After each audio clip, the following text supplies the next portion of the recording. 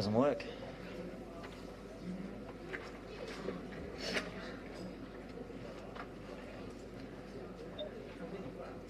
There we go.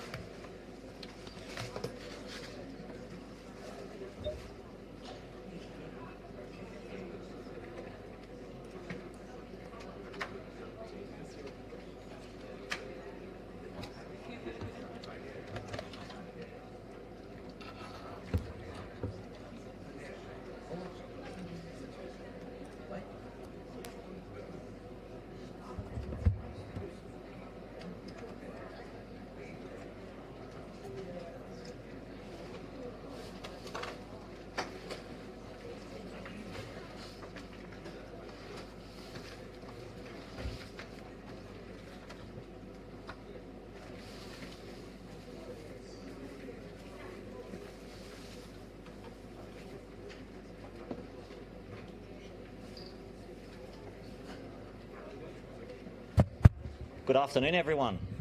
Welcome to Systems Dynamics. I'm Carl. I'll be your lecturer, course coordinator and all-rounder for the course. Today, we'll start off by going through the a course introduction. We'll go through the course profile. We'll go through the course Blackboard site. So everybody's familiar with how to navigate the site and the site content.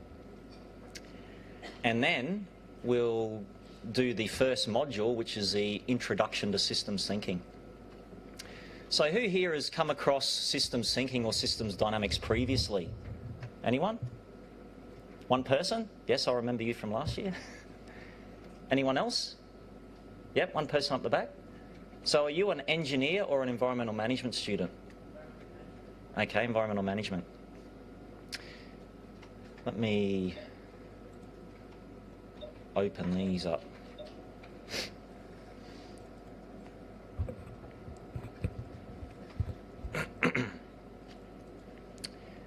Right, so let's have a look at the course introduction. So there's me, lecturer and coordinator. So surprisingly, I'm an agricultural scientist.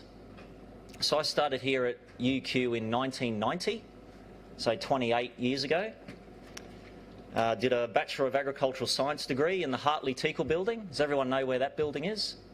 It's that brick monstrosity almost diagonally opposite on the other side of campus. Completed my undergraduate degree in Ag Science in 93 and then went straight on, did a PhD, completed that in 98 and then went on to do a postdoc between 2003 and 2006. And then I became a lecturer, started lecturing full-time here at UQ in 2007. And they're my areas of research. So I teach and conduct research in systems dynamics and also in risk assessment and decision analysis. So as of June last year, I was in the School of Agriculture and Food Science, and last year shifted across to the School of Business to introduce systems dynamics as a new discipline in the School of Business. That's enough about me. This is what you guys look like. So when I last checked SciNet, there are about 51 students enrolled in the course, but I checked yesterday and I think that's now almost 60 students in the course. So a reasonably sized course, which is good. And you can see from the pie chart that it's a very multidisciplinary course. So the two major cohorts are business students. Put your hand up if you're a business student. All right, so a fair chunk of business students.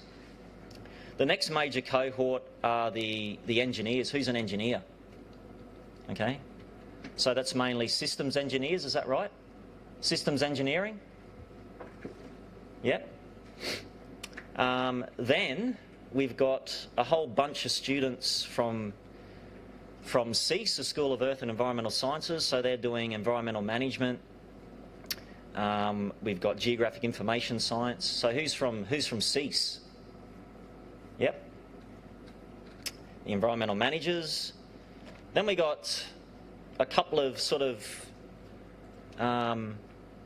odd ones out. So we got a grad cert research commercial. Who's that person? Are they here? No? Project management. Yep. And we have an exchange student. Are you the exchange student? Where are you from? Germany. And a study abroad student. Where are you from? Denmark. Oh, so both from Northern Europe. Okay, good. And then we've got some students from my old school doing agribusiness. So who's the agribusiness? Anyone from agribusiness? Did you travel down from Gatton? You live in Brisbane? Good. Okay, so you can see there's quite a diverse mix of students. Now this is good for the group, or sorry, I'm not allowed to say group, team assignment. So this project, we'll get onto that in a minute, involves a team assignment. Yeah? What's the business with you not allowed to say group? Don't ask me. As of last year, group was a usable word. This year it's not. It's team. So we have to use the word team. but it means the same as group. It's just a bunch of people working on a project together. Okay, everyone should know that for every course at UQ there's a thing called an electronic course profile. Here's a paper version of it, but the electronic version is the definitive version, and you can access it from that URL there and type in the course code, or you can go straight into the course Blackboard site and there's a link to the course profile in there, and I'll show you where that is. It's important that you read it because it not only spells out what we do in the course and what the assessment for the course is, it also spells out other rules that are set by the higher powers within the university. So the reality is that I only get to change a fraction of what's in this course profile. A lot of the rules and regulations are set at the university and at the faculty level. We have a Blackboard site, so please check that regularly. All the lecture and practical exercise material that we do in the course will be put on the Blackboard site. The lectures are recorded, so all the lecture recordings go up on the Blackboard site. All assignments are submitted electronically via the Blackboard site. So it's a paperless course. That is, I don't give you paper and you don't give me paper. It's all the transactions are done electronically. And the last point there is Turnitin. Who doesn't know about Turnitin? Everyone heard of Turnitin? So UQ runs a plagiarism detection application called Turnitin. So when you submit an assignment, Turnitin scans all previously assignments submitted to UQ and any other university worldwide. It scans all online journals, magazines and websites and checks for common text between your assignment and those other sources. And what it does, it provides me with what's called a similarity report. So that is a percentage match between the text in your assignment and other sources. And if that percentage is big, it sends me an alert, okay? Now that doesn't automatically mean plagiarism because it might detect a lot of individual words that are the same, which is common. But if it detects large chunks of text that are the same, then that's plagiarism, and I have to report that. All schools have a plagiarism officer that we have to report potential cases of plagiarism to.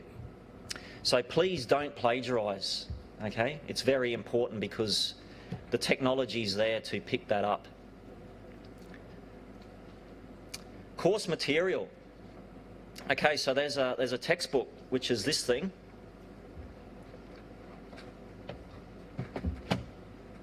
It's called Business Dynamics, but don't be deceived by the title because you can almost delete the word business.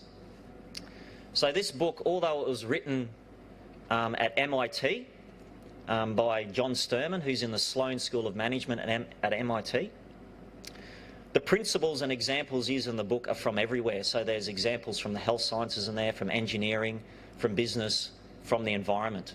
In fact, John Sturman has been involved in writing systems dynamics software for modelling global climate change, which you can run on a PC. Okay, so this book contains a lot of examples from many disciplines, and the principles that I teach in this course are generically applicable to any discipline. So I don't teach it for one discipline, which is great. It means a lot of different students can do the course, and it means you can apply it in any area of work that you wish to.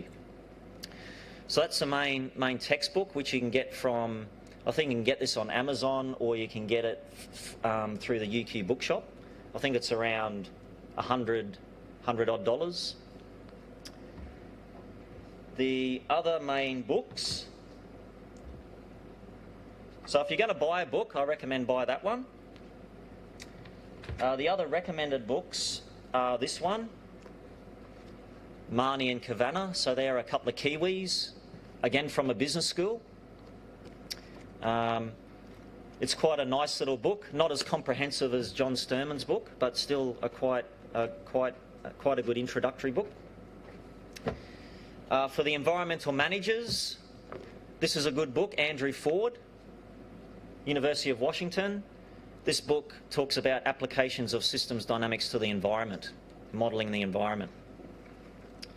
So anything from greenhouse gas emissions to fisheries management to water management, electronic vehicles, there's a chapter on those in there. This one's quite a good book, again, from a person from a business background. Dennis Sherwood, he's an Englishman, Manager's Guide to Applying Systems Thinking. So this book only covers the qualitative aspects of systems dynamics. The other books cover both the qualitative and the quantitative aspects. And another good book, which I haven't got on the list there, is Peter Senge, The Fifth Discipline. Again, from MIT Sloan School of Management. So again, a person from a business background. Can you spell Senge, please? Senge, S-E-N-G-E. Okay? So a very popular, world-renowned text. Many examples of the application of systems thinking in business in this book, from applications in multinational corporations. So they're the main books.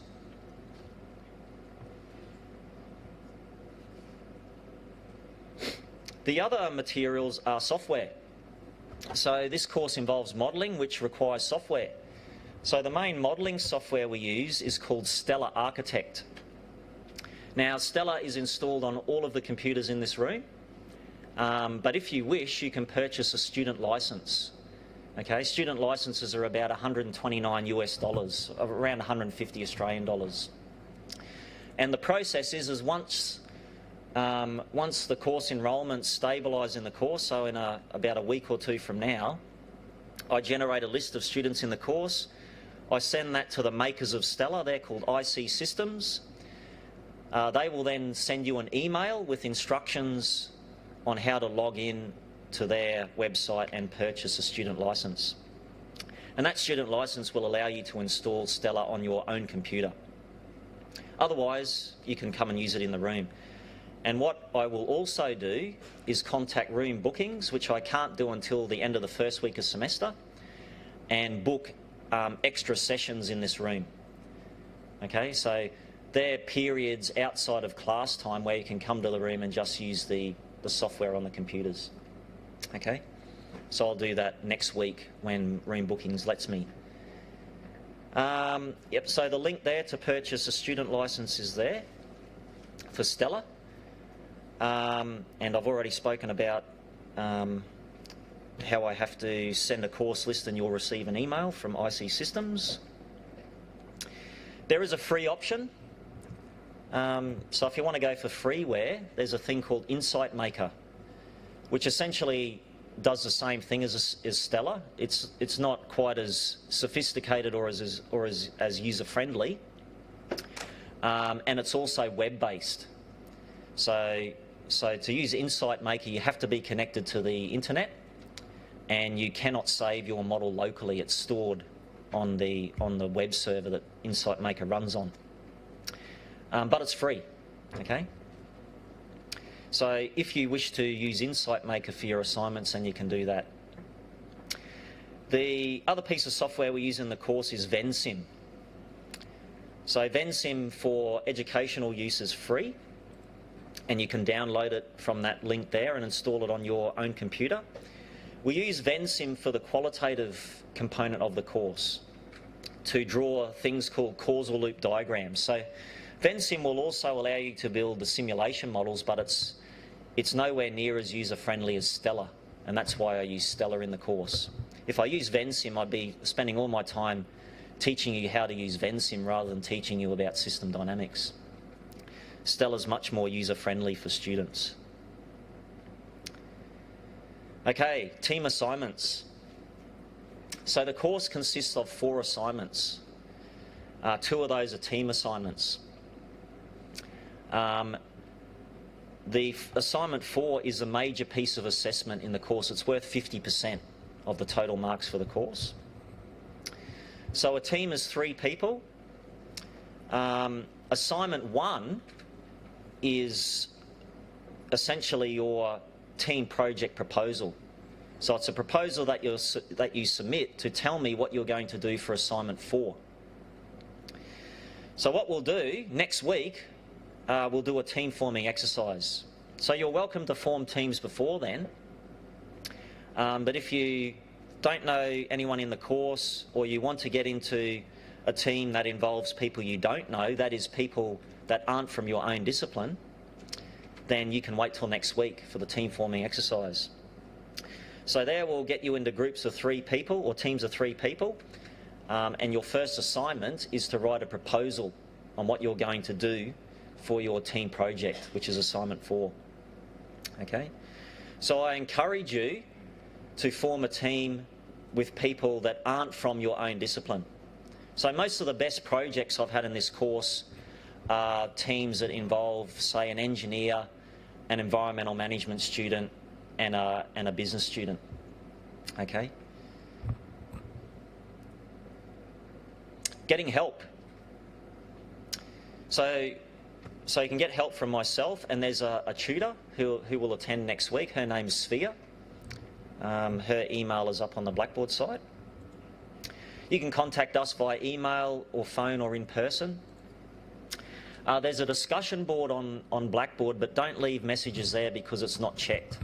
So if you want to get in contact with us, either come and see us or send us an email. If you want to see us outside of class times, then book an appointment. That's where I live. I'm in the Joyce Ackroyd building, which is sandwiched between the Colin Clark building and the Chamberlain building. So those students enrolled in CEAS, the School of CEAS, will be familiar with the Chamberlain building, but it's basically close to the tennis courts. It's a building right near the tennis courts. Okay. Any questions about that, about the course introduction, before we move on? No? Okay.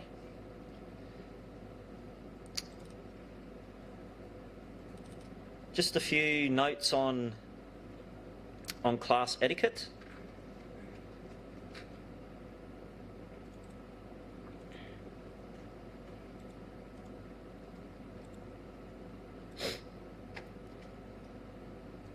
Okay, so as you can see, it's a room packed full of computers. So in consideration to your classmates, don't sort of play around on the computer during class, checking your emails and stuff, because it can be off-putting for other members in the class. So that's a pretty simple common sense rule. And another simple common sense rule is don't be afraid to ask questions. So if you want to ask a question, just put your hand up and yell out. Okay? This course is not just me delivering content to you, but making sure that you understand that content. If you don't understand it, don't sit there and say nothing, because you'll only continue not to understand it. Okay? If you don't understand something, speak up and I'll explain it best I can. The other rule in the course is get involved in teamwork. Okay? Don't end up being like Jose. Right, so there's poor old Jose in the middle there, digging a hole while everyone's standing around, watching him. So this is the point of doing assignment 1. Assignment 1 forces you to come up with a plan for your team assignment.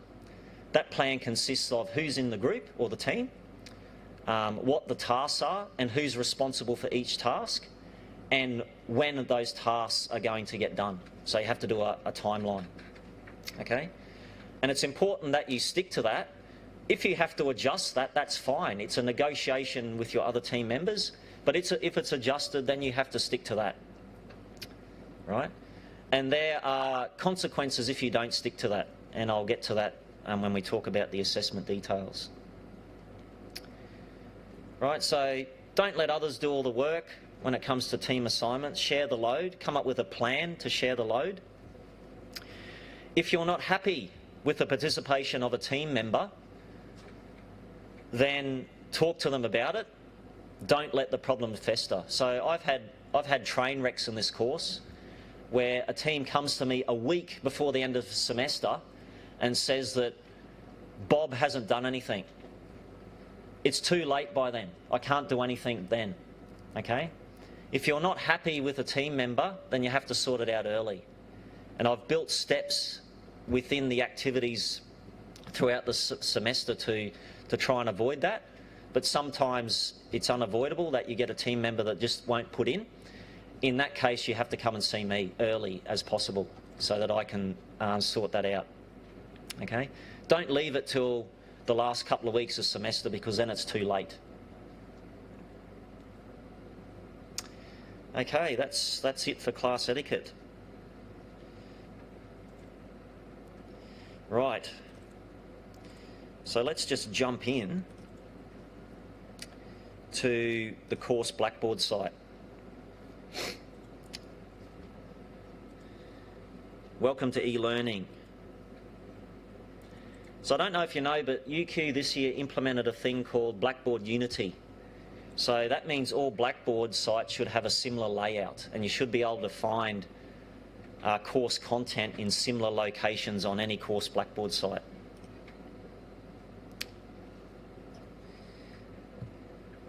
Let me just log in here.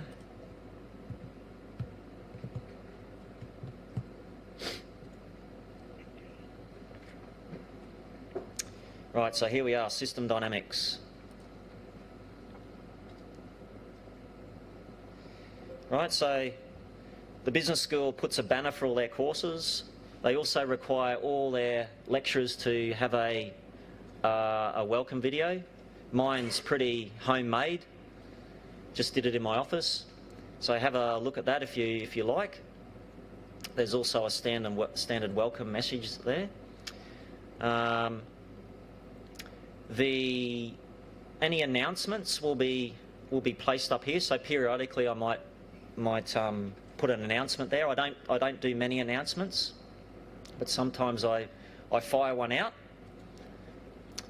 The course profile, which we'll look through in a minute, is here.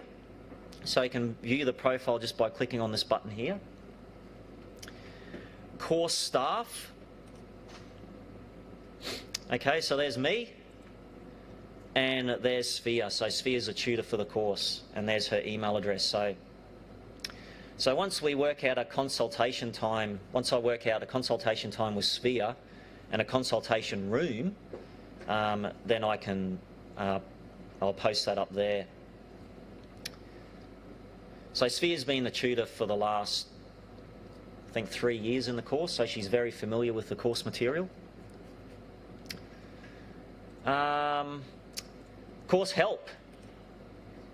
So again, this should be standard across all Blackboard sites. So there's a thing called a student support referral chart.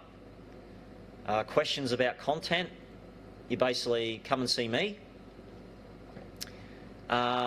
Assessment extensions, there's a web-based application system now. Previously it was paper-based, you had to fill in a Word document and email it off. Now it's all web-based. So any extension requests don't come direct to me. Okay? They go to someone in the Bell faculty, because I'm in the business school, and they assess it. Right? I don't assess it up in the first instance. If it's a curly, if it's a bit of an unusual request, then they might send it to me. Okay? So it's important that if you submit a request for an extension, that it's a valid request. Okay? And there are a list of valid requests on that website that you have to go to in order to submit your request. Supplementary assessment, all the details are there. So I think for any course in the Bell faculty, the supplementary assessment consists of a supplementary exam that you do in the supplementary examination period at the end of semester. Okay? Learning resources. So now we're getting into the guts of the Blackboard site. So the course intro that I just showed you is there. Any lecture recordings will appear in this folder. The course modules appear here under course modules. So this is what we do each week. If I go into there, the first one should be active.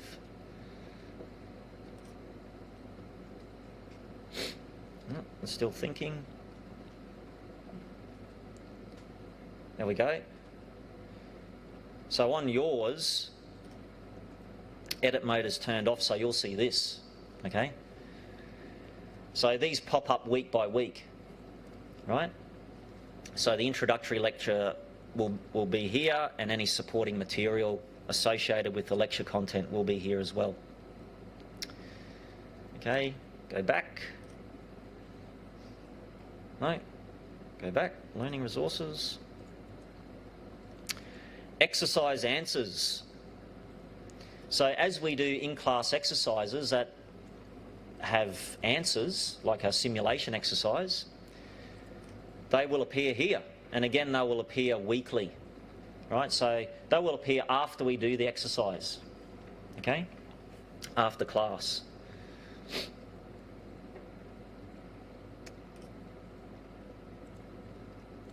So as you can see, the learning resources is very simple. Okay, so I don't try and clutter the Blackboard sites with unnecessary stuff. And that was part of the Blackboard Unity project, was to make the Blackboard sites as simple and easy to navigate as possible. Assessment, so that's the next most important thing. So there's an assessment summary. So this is basically the same as what you see in the course profile. So it lists out all the 4 pieces of assessment in the course, their due dates. So all of the assessment pieces are due at 5 p.m. on the due date. Their weightings, and whether they're team or individual assignments, and the learning objectives at each piece of assessment targets. Now, all the material you need for each piece of assessment is contained in its individual folder. So if I go into assignment 1, I provide an example from a previous year of what a group project or a team project proposal looks like. I provide the marking criteria, and I provide a link to submit it. Okay? So it's all very easy to find. The actual assignment description for assignment 1 is, so the assignment descriptions are in the course profile. Any additional material that you need are in the assignment folders here on Blackboard. Okay, so that's assignment 1. Assignment 2 is a similar thing. Examples from previous years for the system archetypes assignment, the marking criteria, and the submission link. Assignment 3, again an individual assignment, right? I provide a template for assignment 3. So in assignment 3, I get you to build a model according to the instructions in the template, and there's little text boxes for you to insert your answers in. So you simply insert your answers and upload the completed template to turn it in, and there's a submission link there. And the last one is the big one, the team project. So there I do have additional guidelines. So the Blackboard site provides a brief description of the assignment, and the detailed additional guidelines are here. Okay. There's a mid-semester evaluation form, okay, that we use halfway through the course to evaluate the performance of each team member, right? And then there's an optional end of semester peer evaluation form. So we'll talk about this in more detail in a second. There's the marking criteria for the assignment, and where you submit the written component of the assignment and the presentation video. Okay? So I don't get you to give an in-class presentation for the assignment. I get you to do a 15-minute video presentation that you upload here. Okay, so that's where all the assignments are under assessment. Discussion board, forget about that. We don't use it. Okay? And my grades is where you get your marks from the grade centre as they come in Right, so the Blackboard site's pretty simple. Are there any questions about where to find stuff on the Blackboard site? No? Okay, so let's look at the course profile, and in doing that we'll look at the details of the assessment. So view profile. Right, so this is general stuff. The course intro, okay, and then there's me. So it's all pretty standard. Aims and objectives. So again, the aims and objectives of the course are very simple. There's only 4. Understand the feedback processes that determine system behaviour. Construct causal loop diagrams to explain system behaviour. So the first 2 objectives relate to the first half of the course. That is the systems thinking component of the course, which is qualitative. Objective 3, use stock and flow models to simulate system behaviour and apply the principles and tools of systems thinking and systems dynamics. So the last 2 relate to the quantitative component of the course, which is system dynamic modelling. And the last one, the objective 4, is essentially your team assignment, where you get to apply the principles learnt in the course to a real-world issue of your choosing. Okay? So there are all the graduate attributes there, and how the objectives map according to the graduate attributes. Resources, we've spoken a bit about this. So there's a course profile, there's a Blackboard site, there's a textbook, there's software called VenSim and Stella, and then there's recommended textbooks there. Okay, so we spoke about that before. And then the learning activities, right? So these are the course modules. So shortly we'll do the systems thinking introduction, and for each module I provide a reference to the relevant chapters in the recommended textbooks. Next week we'll talk about systems method and form groups for your team project. Week 3 we'll talk about causal loop modelling, and we'll do a practical exercise using VenSim. Module 4, the relationship between system structure and system behaviour, and again we'll do an exercise on that. And the next one is system archetypes, and we'll do an exercise there. Okay, so those 1, 2, 3, 4, 5 modules constitute the qualitative part of the course, where we learn about systems thinking.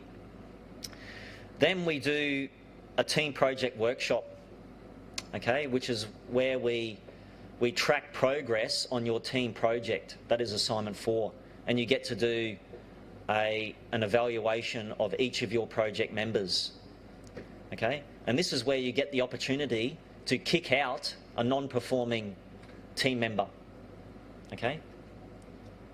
So if you have a team member that's not performing, you get one opportunity there to kick them out, okay?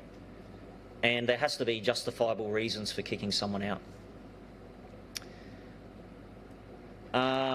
Then the next half of the course is quantitative. So we move on to stock and flow models, and we do computer simulation exercises there. We look at the dynamics of stocks and flows and do more simulation exercises. The dynamics of simple structures, and again we do more simulation exercises. These are all in Stella, using Stella. Look at dimensionless multipliers and do more simulation exercises. And then lastly, material and information delays, and do more simulation exercises. And then the last 2 weeks of semester is set aside for you to work on your team projects. You shouldn't start your team project then, right? If you start it then, it's too late, okay? Those last 2 weeks allow you to finish it off, and for me to be there to help you if you need help with anything. Right, so they're the major activities. Okay, assessment. All right, so we've been briefly through this. So there's two team assignments and two individuals. Assignment 1 is a team assignment. It's your team project proposal. Assignment 4 is a team assignment, which is your team project. Assignments 2 and 3 are the individual ones. That's the grading scheme there, which is pretty standard across UQ. The assignments, so there's submission, there's no final exam, supplementary assessment. In here it talks about the penalty for late submission. Okay, I can't remember where that is, but it's in there somewhere. So there's a standard penalty for late submission in there. Here are the assessment items. So here's the team project proposal. So essentially, you form groups, we'll do that next week, and you write a proposal, a maximum of 4 pages excluding references. And in there you explain to me the problem you're going to address. So what is it that your project's going to address? Why is it important to address that problem? And how you're going to address that, right? So how you're going to undertake the project. Right, so that involves tasks and activities with people assigned and timelines, okay? And then who the members are in your team. Right, so this part in bold is important, and it's a standard rule I apply to all team assignments. So it says, although this is a team assignment, each individual student within the team must submit the assignment, okay? So don't rely on your teammate to submit it for you. If you don't submit an assignment, you'll lose marks. That's the blanket rule in the course, even if it's a team assignment. So that ensures that everyone has a copy of the assignment and everyone submits it. So it's your own personal responsibility to submit, okay? And that goes for all assignments in the course. Submission is electronic via Blackboard. Assignment 2 is an individual assignment worth 20%. Again, it's not a long assignment, it's only 4 pages. And this is where I get you to describe 4 system archetypes, 4 real-world examples of system archetypes. So you essentially write 1 page for each archetype. And in that 1 page for each archetype, I get you to describe 4 things, okay? The circumstances and how they make an example of a particular archetype. You draw the causal loop diagram for the archetype using Vensim, and you label it accordingly.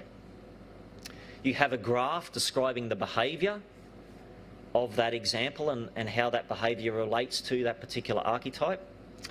And then lastly, you describe the principles for managing the behaviour of that archetype, okay?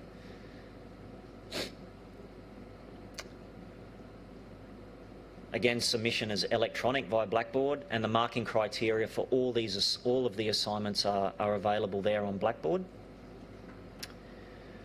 Systems dynamics modelling, individual assignment worth 20% of the course. This is the one where I give you a template that contains instructions. You follow the instructions to build the model, and you use the model to answer questions, and you provide those answers within the template, and you submit the completed template for the assignment via Blackboard. And the big one, the team project, that's worth 50% of the course. So in the team project, there's 2 major components. There's a written component and an oral component, okay? So the written component consists of these 3 things: an annotated bibliography as evidence that you've done research, an abstract basically summarising the project, so that is the problem you tackled, the methods you used, the key results you obtained, and your recommendations for managing the problem, and lastly, a statement of contribution, okay? So this tells me who did what in the assignment, and I provide a template in there for you to fill in for your statement of contribution. That's available on Blackboard under the Assignment 4 folder. And the second major component is a video file containing your project presentation, which is limited to 15 minutes. Right, so I've got in there additional guidelines are on the Blackboard site. Right, so again, this is a team assignment, but each individual person is responsible for submitting it. Okay? So let's quickly look at these additional guidelines, and then we'll break, and then we'll have a quick break, and then we'll get into the first module. So the additional guidelines, again, are under assessment, Assignment 4. All right, they're here, additional guidelines. Right, so in the additional guidelines, I give you instructions on how to prepare the written component, right, which consists of, firstly, the annotated bibliography.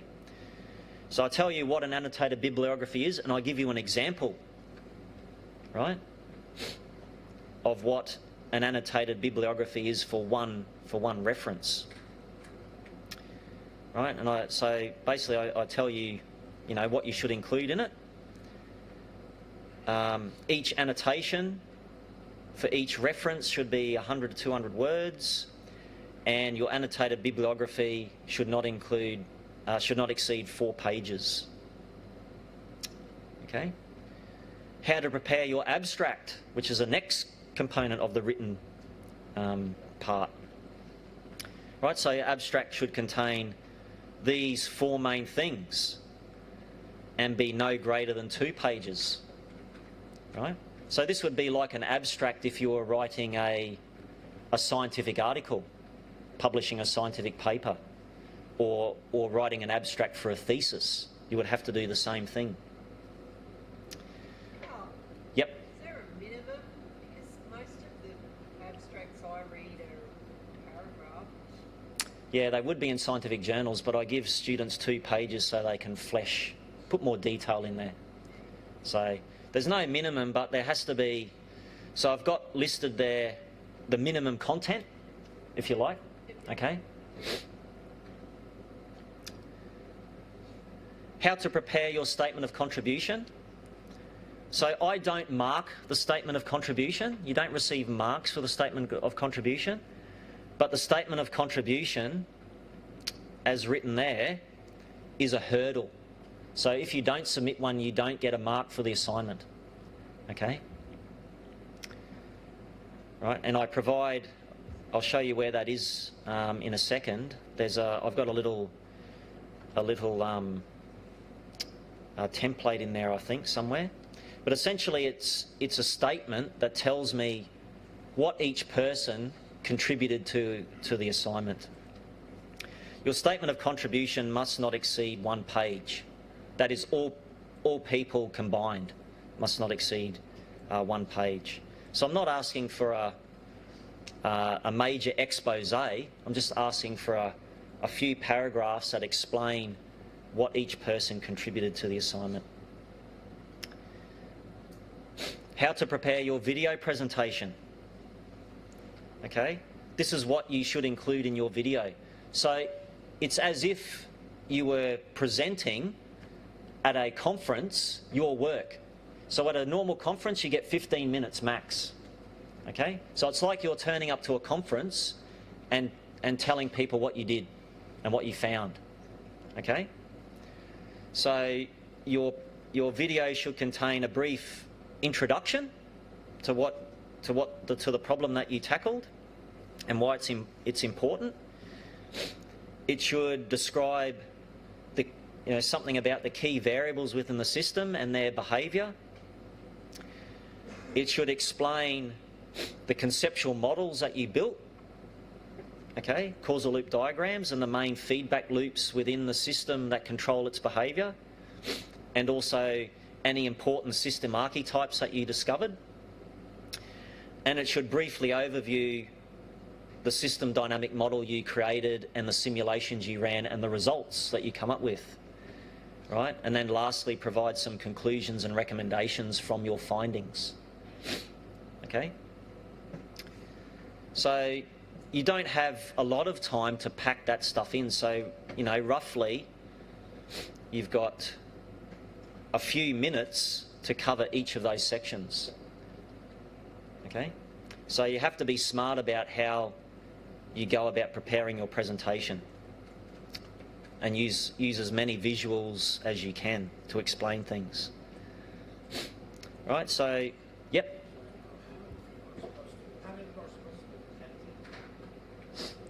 So it's up to your group to decide that, and that forms part of your statement of contribution. So you might decide that one of your team members will do the narration, right? If you plan to have slides that are narrated,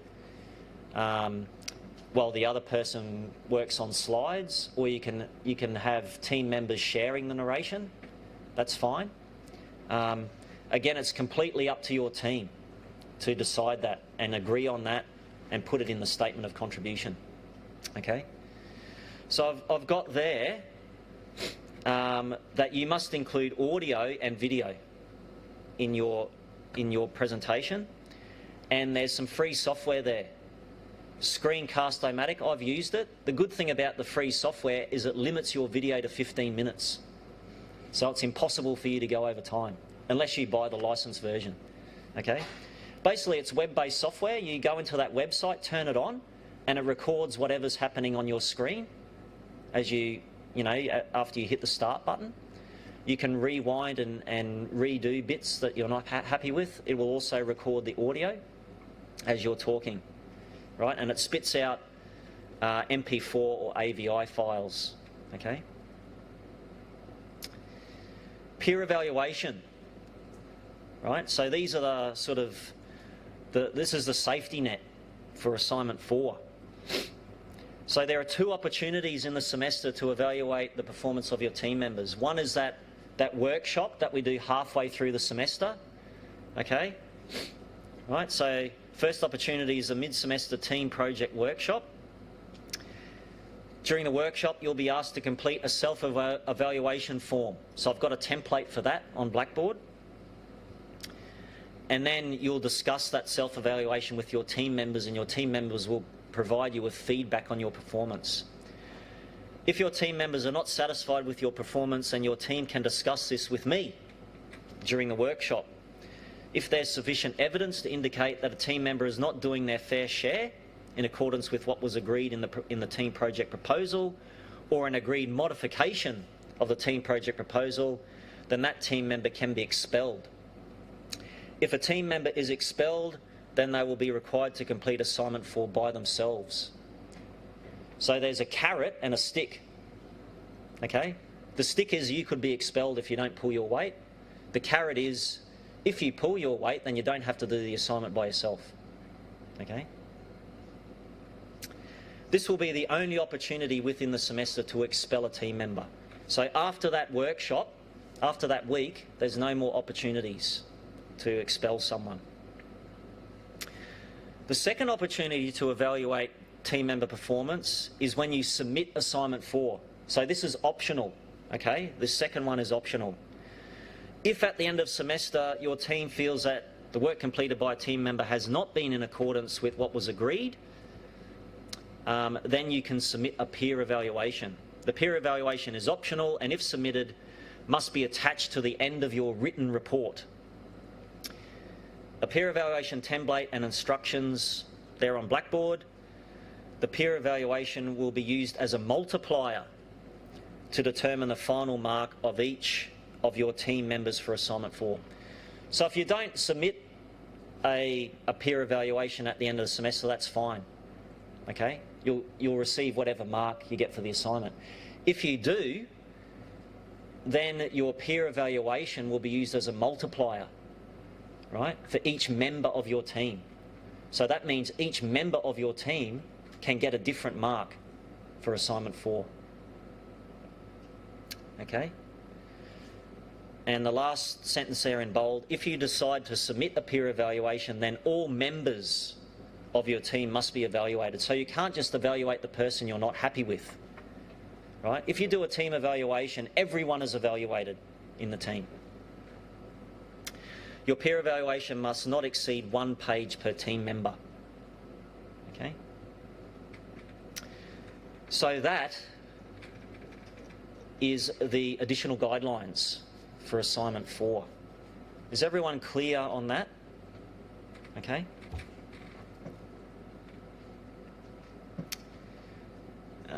Close that.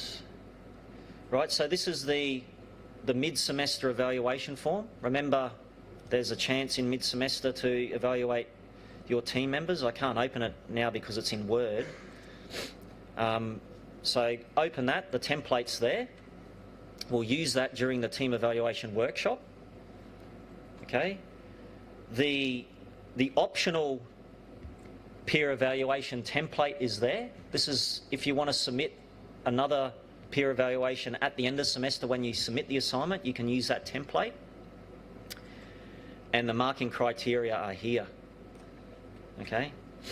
So for assignment 4, there are marking criteria for the annotated bibliography. There are marking criteria for the abstract. And there are marking criteria for the presentation video. So these are called rubrics, right? Which is just a complicated word for a table with a bunch of assessment criteria in them. So I mark according to these, okay? According to these rubrics. All the other assignments have similar rubrics. And at the end, I mentioned the statement of contribution. It doesn't have a marking rubric. You just have to do it. Otherwise, you don't get a mark. It's a hurdle. Okay? Right, so the marking criteria are quite detailed, right? Quite comprehensive. And then you submit the written report there and the presentation video there, okay? And as written there, and in the ECP, and in the additional guidelines, everyone in the team has to submit everything, right? So you can't rely on your team members to submit something for you. Submission is an individual responsibility. Okay, are there any questions? So the peer evaluation that we have to submit with our report that is not optional, where is that template? That template is this one, the team project mid-semester evaluation form. Yeah, okay. So Right. we will do that Well, mid-semester during the workshop. during the workshop. And then it gets added to the report at the end. No, so you don't have to submit that at the report. That's just an opportunity for your group to evaluate all its team members, and if there's an issue, then you can come and see me. So what is the hurdle? Where is the template of the hurdle? There's no template. No, you just have to do a statement of contribution. Yeah, right. So there's no template for the hurdle. You just have to state what each member contributed. Okay. The template for the optional evaluation, if you choose to submit it, is that one there. Okay. Is that all clear? Everyone understand that? Good. Right. So if there's no further questions, let's have a. What are we on? Let's have a 5-minute break. Get a drink of water, stretch the legs, do a few star jumps. Then we'll come back and look at the introduction to systems thinking.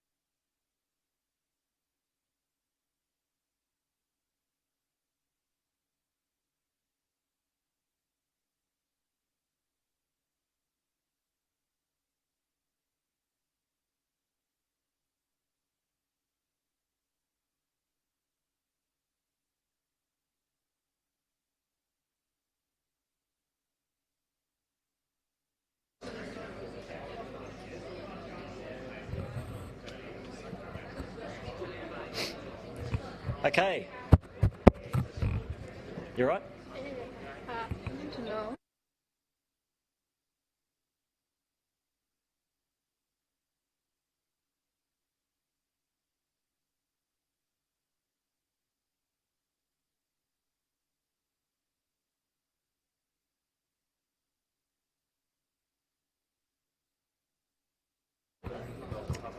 Okay, let's have a look at the first module. Systems Thinking Introduction. And I like to start off with an example. This is my favourite example.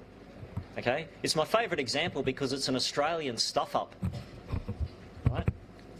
Australians are good at stuffing things up, particularly the environment.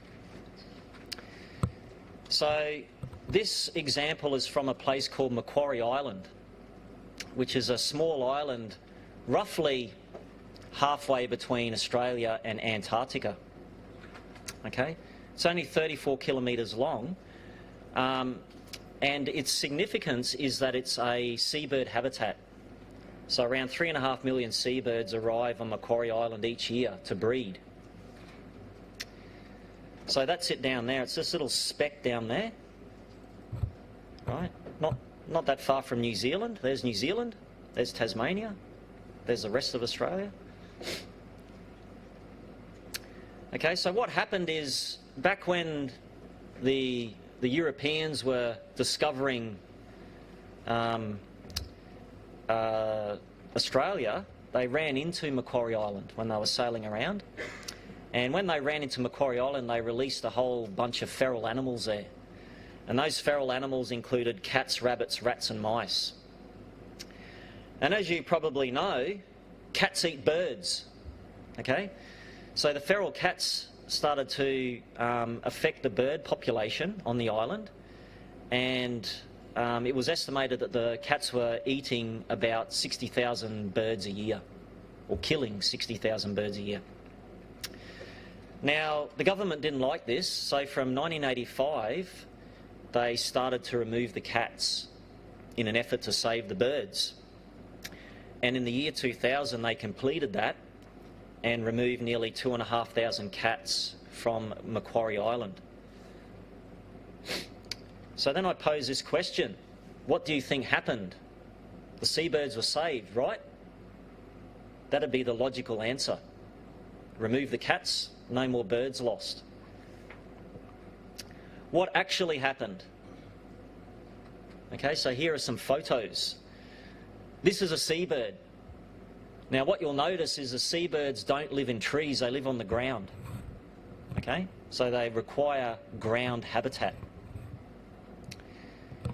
This is what the place looked like with cats, okay, in 1990.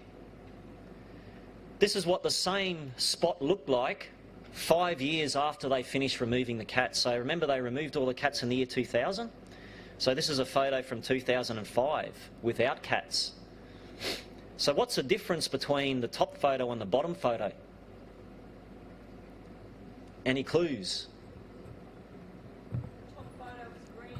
Top photo is green, which means it has a lot more grass.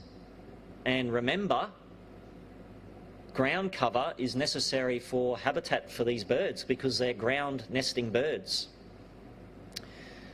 So, what happened? This is what happened.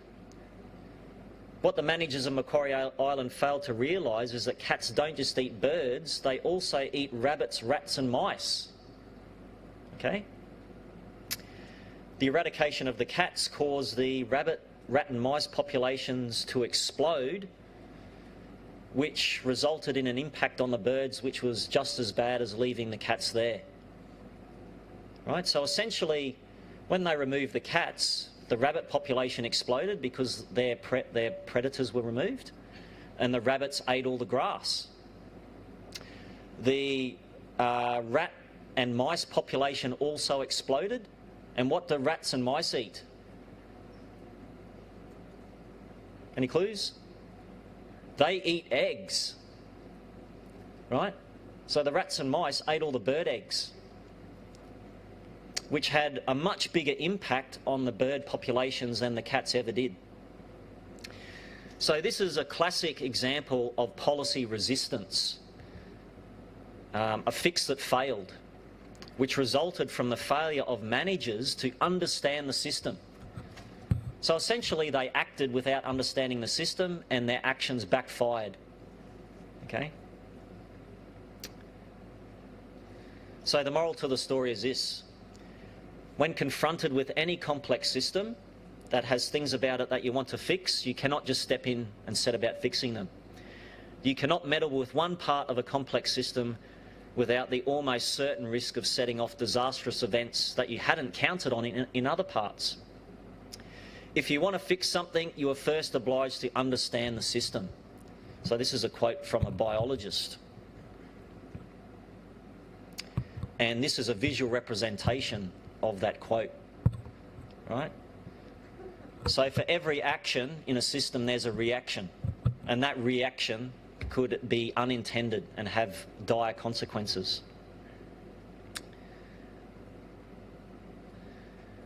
Okay, history of systems thinking. So the key message here is systems thinking is nothing new. It's been around for ages. In fact, millennia, right? So the foundations of systems thinking can be traced back to our friends, the ancient Greeks. Okay? So Aristotle wrote something called Metaphysica, and in that he had this quote. Now, anything that has a plural... I can never say that word. It means more than one part. A plurality of parts. But is not just the sum of these, like a heap, but exists as a whole beyond its parts, invariably has a cause. So what he's saying there is a system is more than the sum of its parts. Okay? Then in the 30s and 40s, systems dynamics and systems thinkings became a discipline in their own right. And these were some of the main founders. So Norbert Wiener was an MIT professor. He invented a thing called cybernetics. Examined the basis of control and information flow that you guys probably learn in control engineering today. Okay? Another major person, Jay Forrester, often known as the father of systems dynamics, he was an electrical engineer. So systems dynamics actually originated in the engineering discipline. Okay? He was involved in the early development of computers and in fact the development of the computers that went on the Apollo missions to the moon. Right? So Jay Forrester, he started off in electrical engineering, which requires an understanding of the theory of feedback, and he decided to apply that theory of feedback to commerce, society and the environment, and he wrote 3 major works.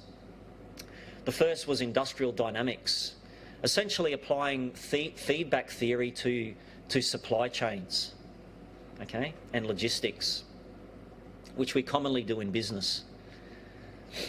The second one was Urban Dynamics, right, applying feedback theory to the study of the development of ghettos in the United States. And the third one, and you should have all heard of this one, particularly those doing environmental management, World Dynamics, which is significant to me because I was born that year. So it applied systems dynamics to global population growth and the limits to growth. Okay? So a famous publication came out called The Limits to Growth, and that was based on system dynamics. So all of these publications use computer simulation to study system behaviour over time, and Jay Forrester termed that system dynamics. And there's a link there to the International System Dynamics Society, if you ever want to get involved in that society. So that's it for the history. So the key message there is that systems dynamics is not new, okay? Originated from electrical engineering and was actually incubated within business. So Jay Forrester ended up getting a position in the Sloan School of Management at MIT, and that's where he wrote those 3 major works there. What is systems thinking? It's a method. right? A method to enhance our learning of how complex system works, right? To understand connectedness and interactions, and to understand feedback and system dynamics. So system dynamics is the behaviour of systems over time, right? It's a method to help us learn about dynamic complexity and to understand the sources of policy resistance.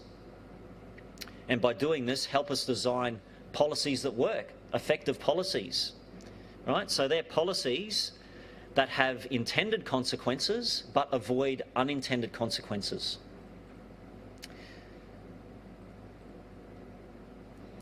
Right, so many people think systems dynamics is about maths. Well, they're wrong, it's not. Right? Maths is what we use to simulate systems, and we have software that does the maths for us, but there's many other skills we need to develop besides mathematical skills. It involves tools to represent mental models, right?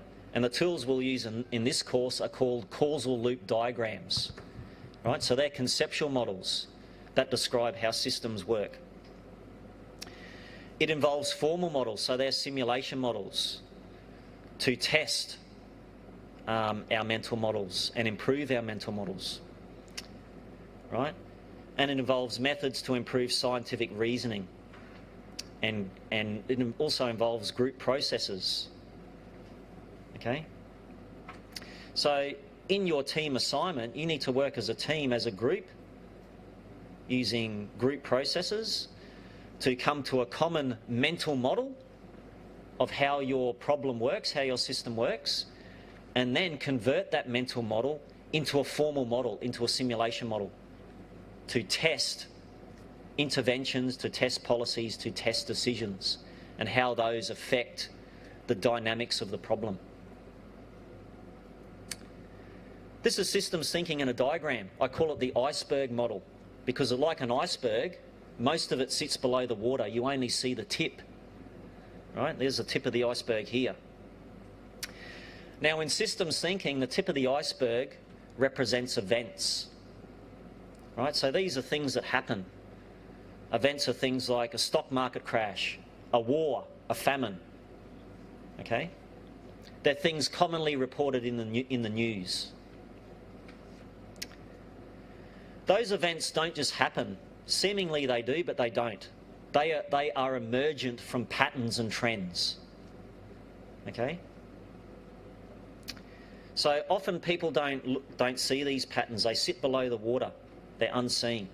They notice the events, but they don't know where they came from, right? They come from patterns and trends. Now, patterns and trends don't arise from nothing. They arise from system structures, which describes how systems work to generate patterns and trends, which lead to events. And system structures don't arise from nowhere. They arise from us, okay? In all human managed systems, our mental models affect the system structure, okay?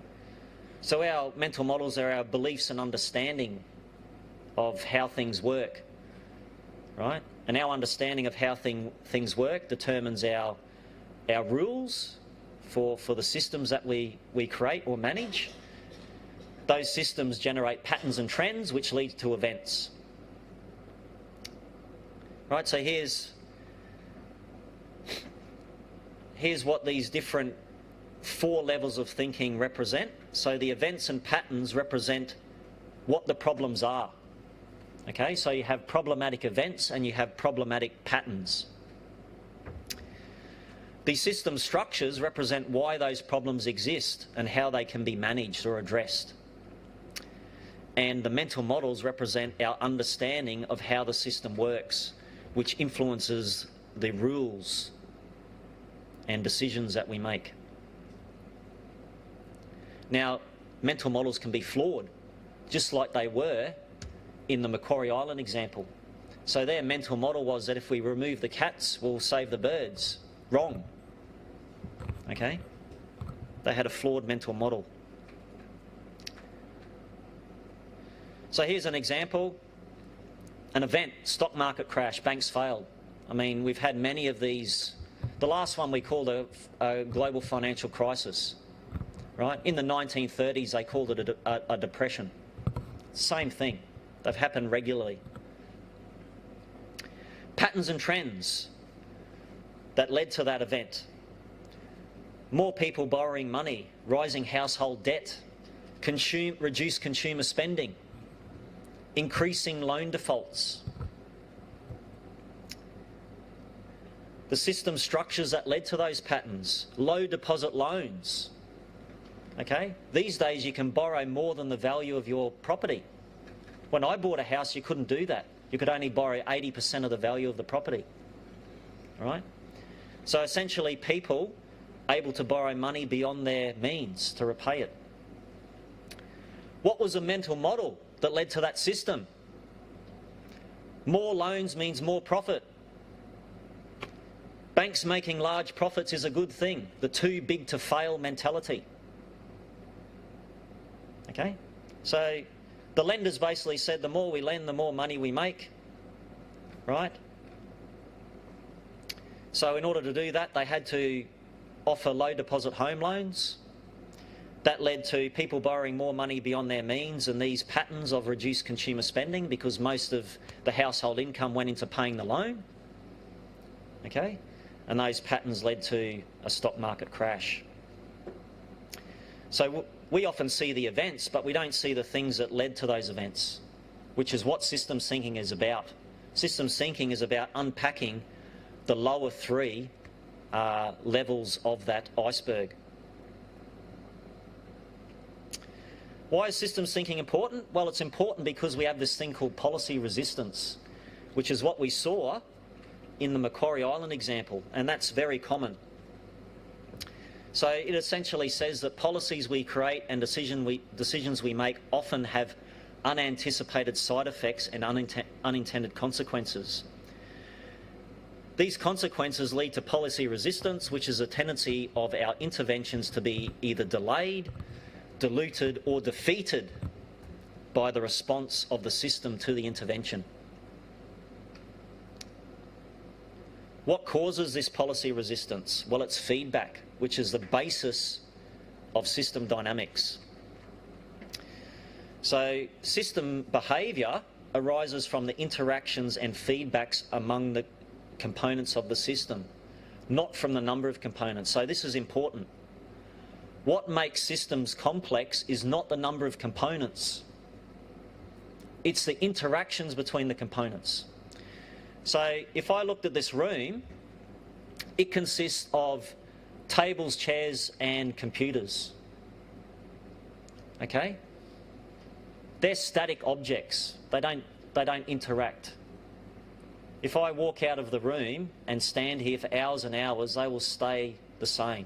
There's no dynamic complexity. If I look at the people in the room, it's different.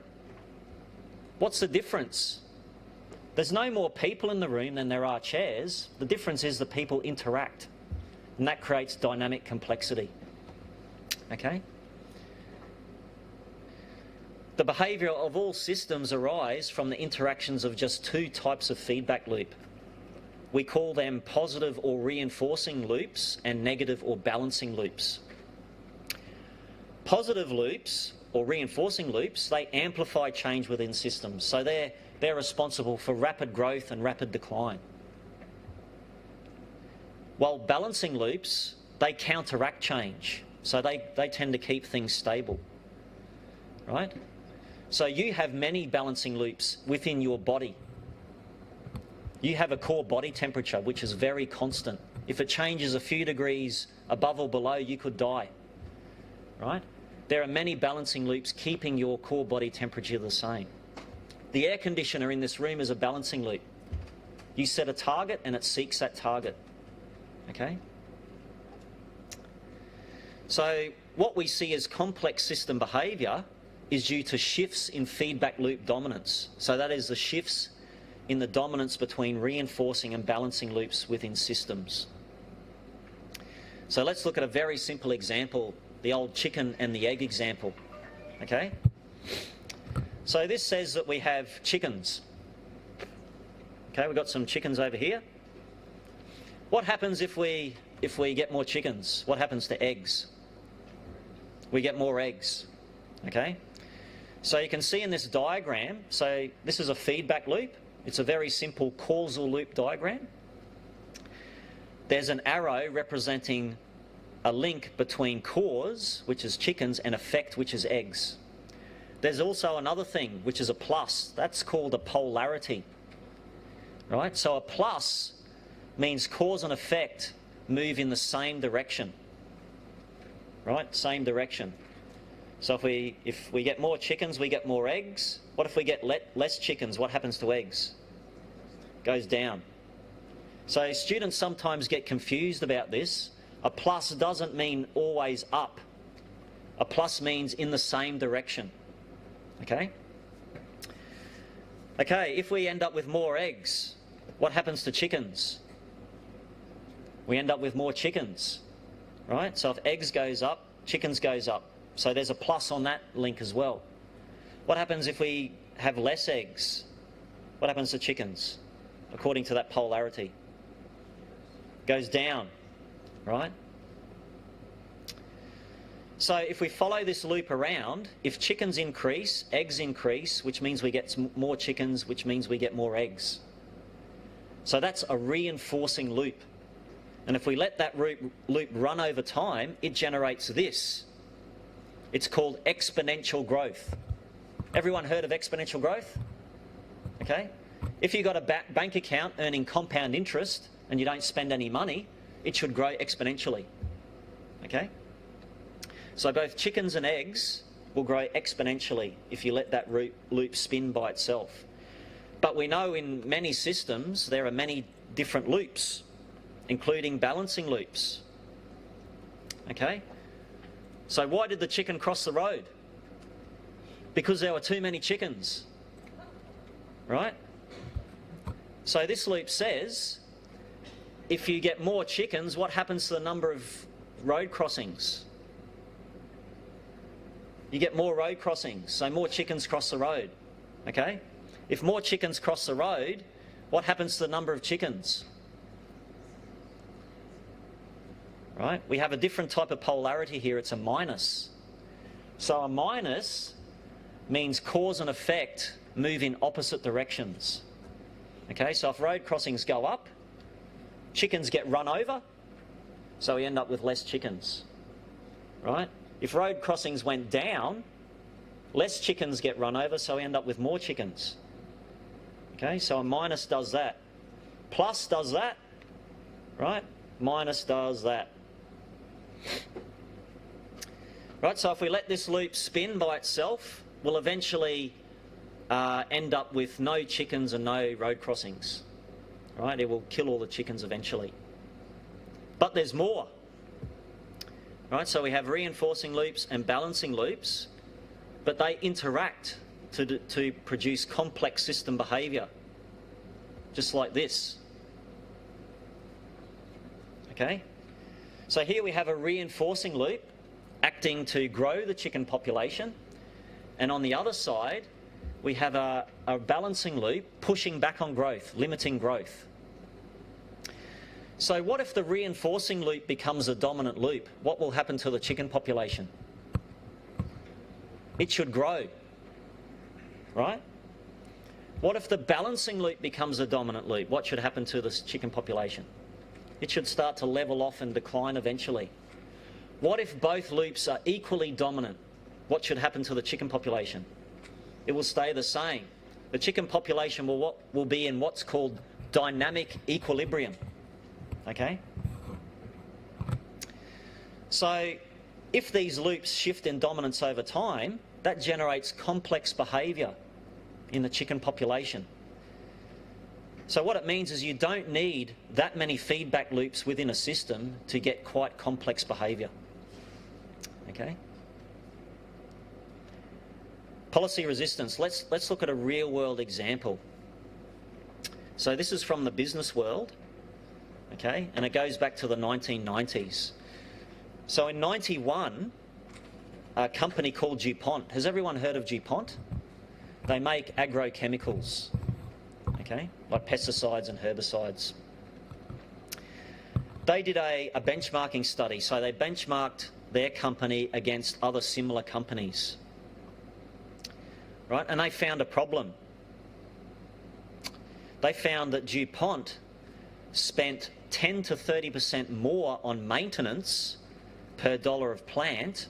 So they own factories that make chemicals. They spent 10 to 30% more on maintenance of those plants compared to their competitors. Yet their plant uptime was 10 to 15% lower. Right, so they discovered that DuPont was spending more on maintenance, but their equipment was breaking down more frequently. How could that be? It doesn't make sense. Okay? Normally, if you spend more on maintenance, your equipment breaks down less frequently. Right? So now I'm going to move through those layers in the iceberg model, starting off with the mental model. So remember, we had mental model, system structure, system behaviour, and event. So let's move through those layers. So the mental model. The prevailing mental model within the company was that spending more on maintenance should result in high quality equipment and therefore high uptime. They discovered that that wasn't true, so they started to blame things, right? Many people within the company blamed the problem on forces outside of the company, such as competition from other companies and growing regulations due to environmental concerns over chemical use. So DuPont found this paradox and they started to blame things that they couldn't control, okay, like external policies and other companies. So to address the problem, the management team used systems thinking to develop a model of the feedback loops within the maintenance system of DuPont. And this led to important shifts in their mental model. It led to a change from defect correction to defect prevention. And it led to a focus on the dynamics of breakdowns rather than cost minimisation. So let's look at that. Right, so I've started off with the mental model, which was a flawed mental model. And then we're going to look at the system structure, which is the next level up. So these are the basic bits. Equipment fails when latent defects accumulate and eventually causes failure. So those latent defects could be oil leaks or bearing wear or vibration. So defects are created by normal wear and tear and also collateral damage caused by the breakdown. So when equipment breaks, it might cause shafts to be bent, okay, and that causes a latent defect which causes future breakdowns. Maintenance can also create defects through mechanic errors. So mechanics are people, they can make mistakes, and also the use of poor quality parts. Okay, so you can eliminate defects within your equipment in two ways. You can do reactive maintenance. So that means you only repair equipment when it breaks, or you can do planned maintenance. That is, you repair it before it breaks. You service the equipment regularly. Okay, so here's a causal loop diagram of that system. Right, here we have a box, we call it a stock, representing the amount of defects within the equipment. Those defects are created through normal operations, so the longer you operate, that creates more defects, hence a plus here. Equipment quality. If equipment quality goes down, what happens to defect creation? It goes up, right? A minus polarity. Part quality. If you use lower quality parts, defect creation goes up, a minus polarity.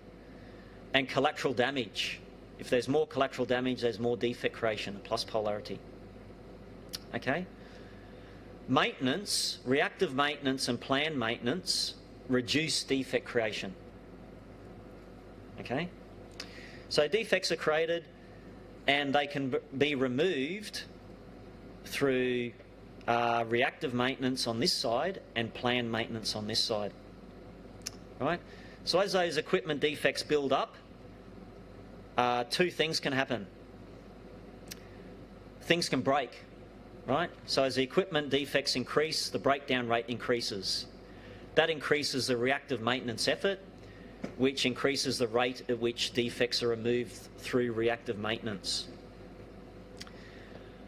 On this side, the alternative strategy is when equipment defects build up, the takedown rate increases. That is, you stop the plant, you turn it off and you service it, okay?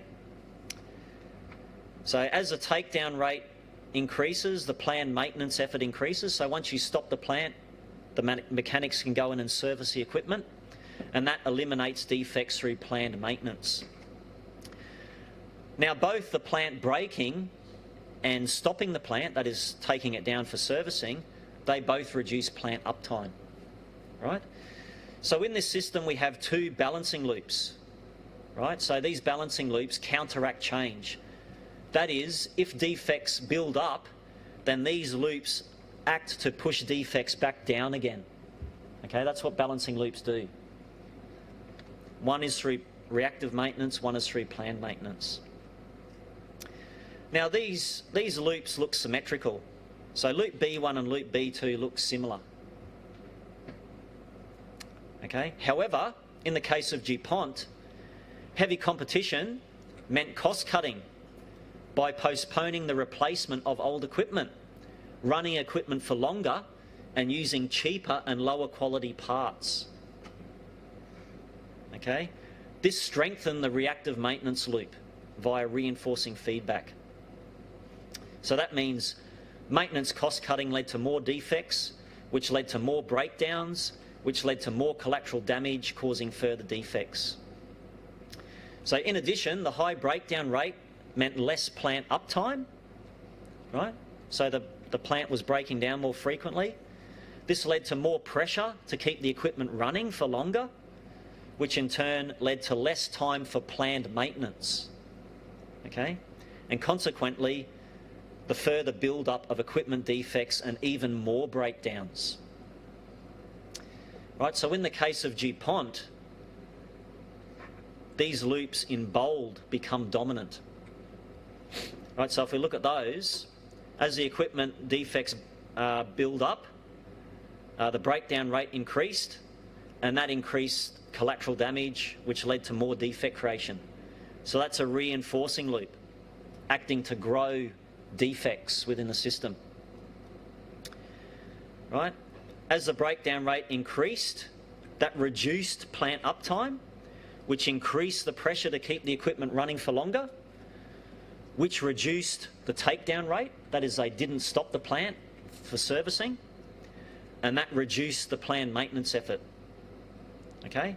Which reduced the elimination of defects through planned maintenance and allowed defects to build up. Right? A high breakdown rate led to an increase in reactive maintenance, which led to a reduction in mechanics available for planned maintenance. So if your mechanics are busy fixing broken equipment, they don't have time for planned maintenance, okay? Which reduced the planned maintenance effort, which allowed the defects to build up within the plant. So in addition to those loops within the system, there were several other reinforcing loops that led to vicious cycles of reactive maintenance, low plant reliability and high maintenance costs, and they were these. Okay? So as the equipment defects increased and the breakdown rate increased, the maintenance costs increased. Okay? And that increased the pressure to cut costs, which led to the use of lower quality parts, okay? Which led to an increase in equipment defects, right? So we have a reinforcing loop here, growing defects within the plant. The pressure to cut costs also reduced design improvement effort, which reduced equipment quality and led to more defects. Pressure to cut costs also reduced training, which led to lower quality maintenance, which led to more defects. Pressure to cut costs also reduced planning and scheduling, which led to lower maintenance quality which led to increased defects.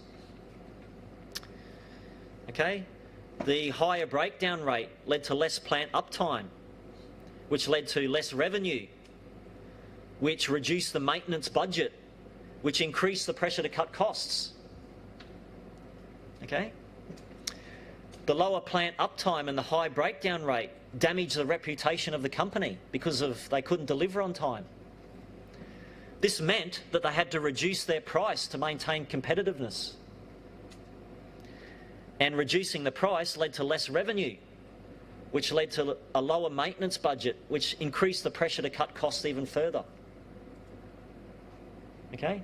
So these were all vicious cycles leading to ever-increasing breakdowns within the plant. So once the management team understood the dynamics of breakdowns and the feedback loops controlling the breakdowns within their equipment, they built a simulation model based on those feedback loops, and they used that simulation model to test these 4 strategies for managing breakdowns.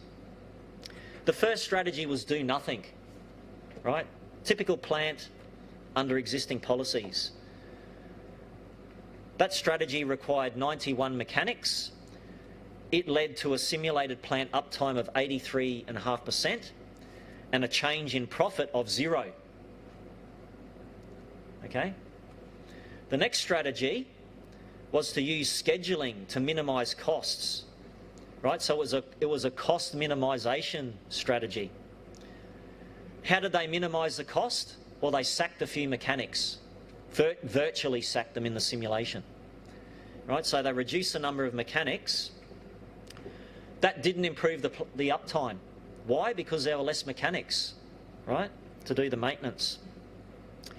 And it only marginally improved the profit via salary savings. The next strategy was to minimise costs. Again, a cost minimisation strategy via proactive maintenance. Right, so again, to minimise the costs, they reduced the number of mechanics, but they focused on planned maintenance rather than reactive maintenance. Again, it didn't improve the plant uptime, and it marginally improved the profit. The third one is where they said, stuff it, we won't focus on cost minimisation, we'll just spend what we need to. We'll keep all of our mechanics, and we'll focus their effort on planned maintenance, on proactive maintenance. So we have 91 mechanics, the plant uptime improved a lot, and guess what? So did the profit. Okay? So the proactive maintenance strategy that didn't aim to minimise costs was the winner. Right? So proactive maintenance policies that did not minimise costs turned the reinforcing loops that were acting as vicious cycles into virtuous cycles that reduced breakdowns, increased uptime and increased profit. However, and this is the clincher, the benefit was not immediate. That is, costs initially increase before defects are eliminated and plant uptime improves. This is called worse before better behaviour. And this can confuse managers. Okay? So what they found is the best policy produced this behaviour in terms of profit. Right? They called it cumulative cost savings. So in order to implement planned maintenance with a high number of mechanics, that costs money. So your cost savings go down initially. And managers don't like that. They're already under the pump for losing money in DuPont, right? They don't want to lose more. But what they have to realise is that in the longer term, by implementing that policy, there's a much greater cost saving in the long term. So really, the mental model is to get over this hump, okay?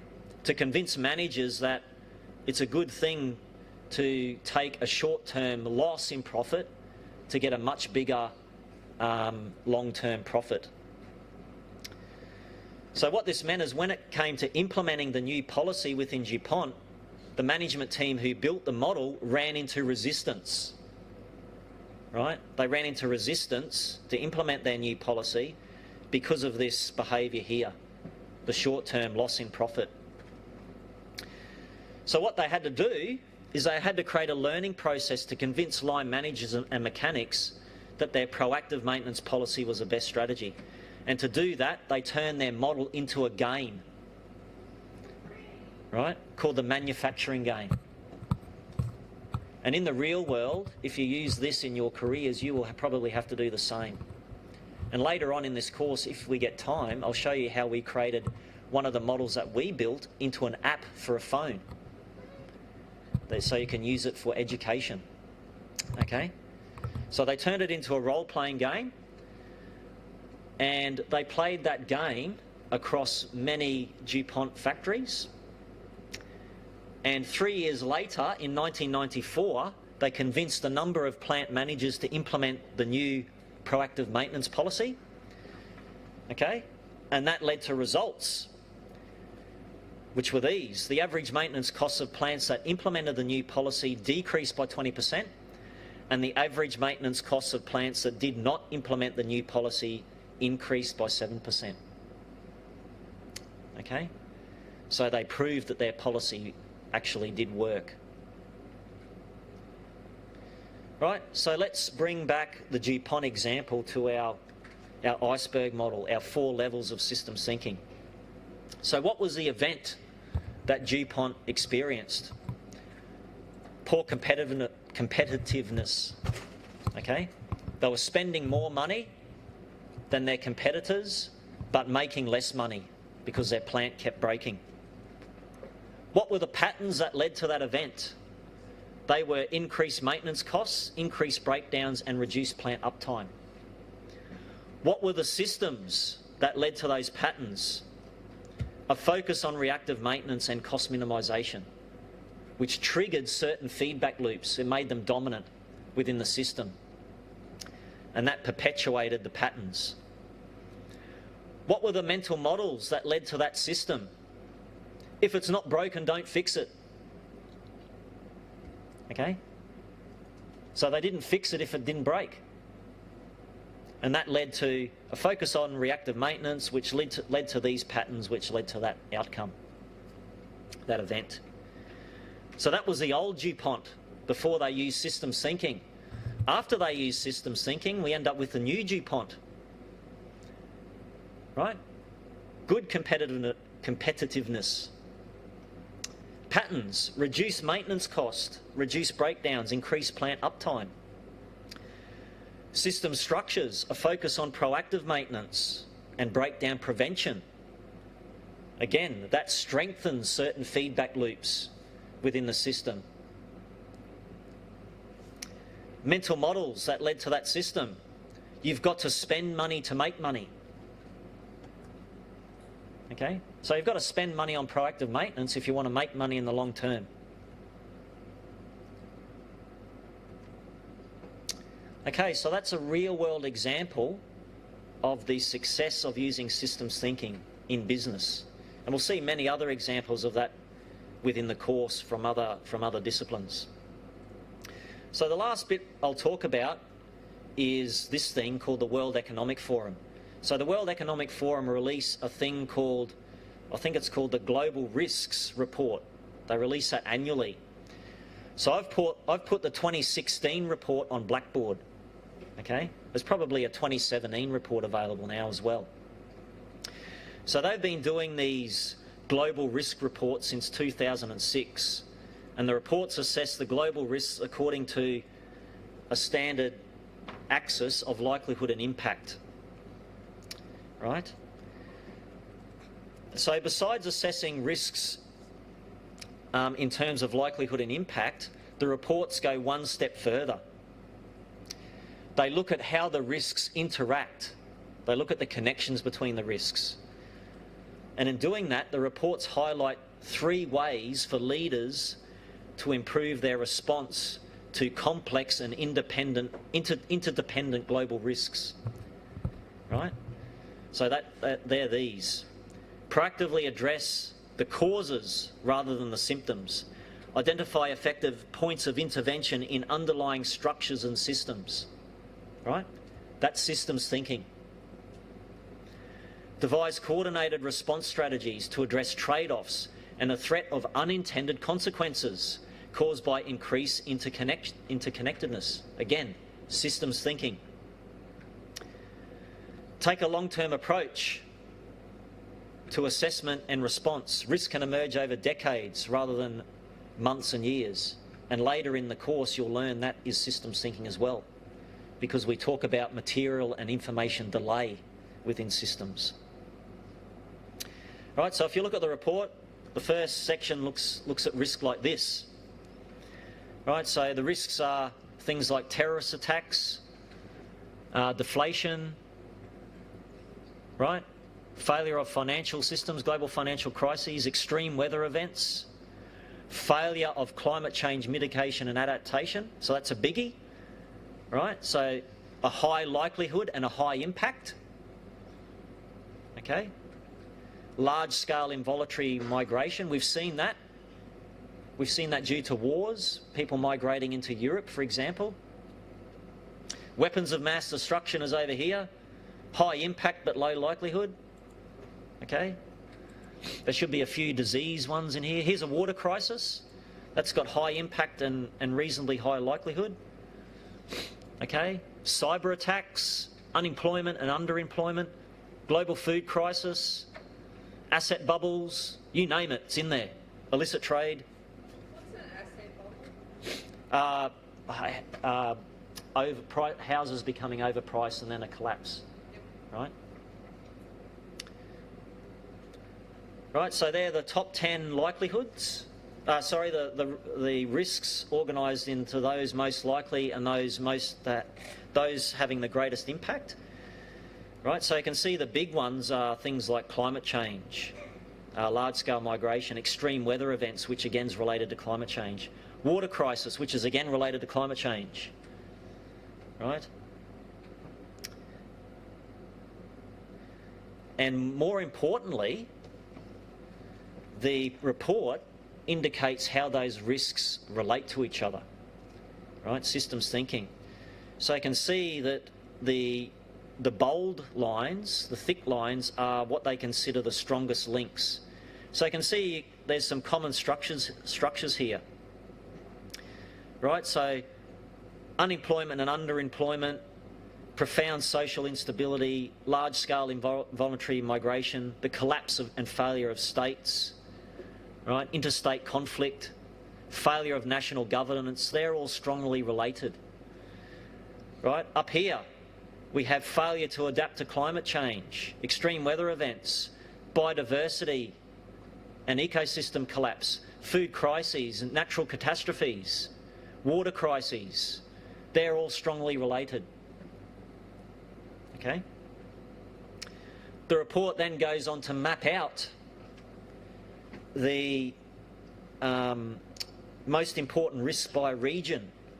So we're down here in Australia, in South Asia, so these are the most important risks down here for us. Water crises, running out of water, extreme weather events, underemployment and unemployment. Okay? And then the report goes on to look at global drivers driving these risks and how they relate to the risks. So you can see growing urbanisation is linked to a number of these risks. Growing middle class, ageing population, rising income and wealth disparity, so a rising gap between the wealthy and the poor. Okay, what else have we got here? Shifts in power, rise of cyber dependency. So we all depend on computers now to do financial transactions and basically organise our lives. That makes us prone to cyber attacks. Okay? Rising geographic mobility, so it's easy to get around globally now, right? Which can have implications for disease risks because we transport pathogens and viruses at ease. Okay? So given that a body like the World Economic Forum can recognise the importance of systems thinking, why don't we use it? Why aren't you taught systems thinking at school? Why are you taught statistics but not systems thinking? Okay? So here are a couple of main reasons. Human nature, right? We all like to live in a simple world. We like to make things simple, but the reality is things are not simple. Pragmatism. It's easier to break problems into smaller, simpler pieces than to understand the complexity of the whole. And science. So I'm a scientist by background, and science is often to blame, scientific method. So in science, we tend to reduce problems to single or a limited number of variables. We call that reductionism. And we hold all other variables constant and test only a few variables that we vary. So when I learnt agricultural science, we did glasshouse experiments. What does a glasshouse do? It keeps the climate constant. Then what did we do? We grew plants in pots, all in the same soil type. So we kept the soil constant. Then we grew plants in the plots, all of the same species and genetic descent. Okay? What did we vary? We varied the fertiliser rate. That was it. And we saw how the plant growth was affected by the fertiliser rate. Right? That might say, yeah, the more fertiliser you add, the better the plant grows. If you add too much, you kill the plant. But when you put that plant outside the glasshouse, you could whack on the same amount of fertiliser and get rubbish growth. Because suddenly, that plant is interacting with many other variables in a larger system. Okay? So science. If you've been trained as a scientist, then you're trained in reductionism, which is anti-systemic. And that's it for today. Thank you for listening. Any questions? Just come and see me. Yes?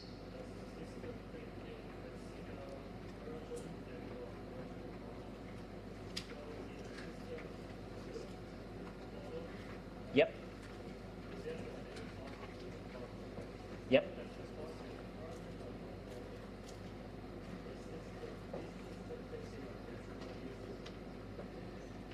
Can it be used for urgent problems? The answer is yes.